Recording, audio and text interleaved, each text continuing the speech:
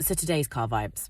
As I was driving today, listening to my music, singing along, bopping it when it wasn't even bopping, it was, moving my head as I was at the traffic lights, just dancing along, and everything. It made me think about just armor, right? And the armor that we as black women have to put, black people have to put on just before you go to work. I remember, driving to work, listening to my music super loud, right? Super, super loud. There might have been a swear, might have been a bit of profanity here and there. But the point was, as soon as I got to the car park gates, better believe that music went down. Zoop. Down it went, and up was zipped. Still me, but a version of Leanne, a more acceptable version of Leanne, the Leanne that potentially doesn't listen to hip-hop that's got swears in it. And it made me think about profanity. No, it made me think about armor. And I'm reading this book, You Are Your Best Thing, edited by Tarana Burke and Brené Brown. There will be a review on that, and I will review that separately, and you can find that on my YouTube channel and let you know when it's there. But the point is this: it's just around how much every day is a day where we have to armor up.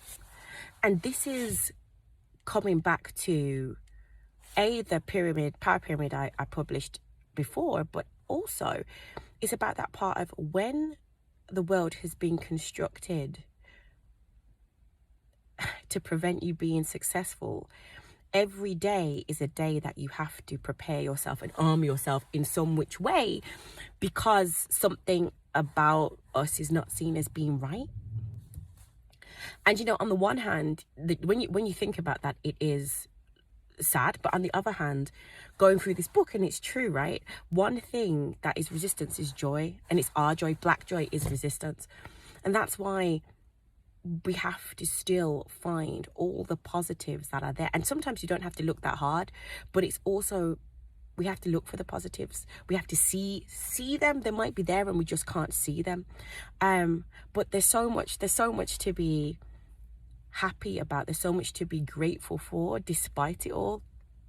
And this is basically my long-winded way of saying, you don't have to hide any of your black art or African art in the background for a meeting. There's no such thing as it being too black. You shouldn't have to maybe turn it down, or just for other people's eardrums, but you shouldn't feel like you have to be someone else.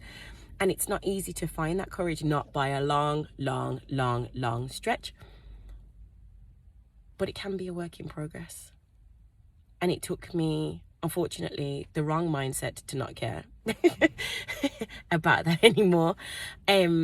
And it's not always, it might be coming from a good place, but sometimes it's coming from a place of frustration. You're just fed up of trying to be that square peg to fit in a round hole. I always get sayings wrong. But anyway, it's that.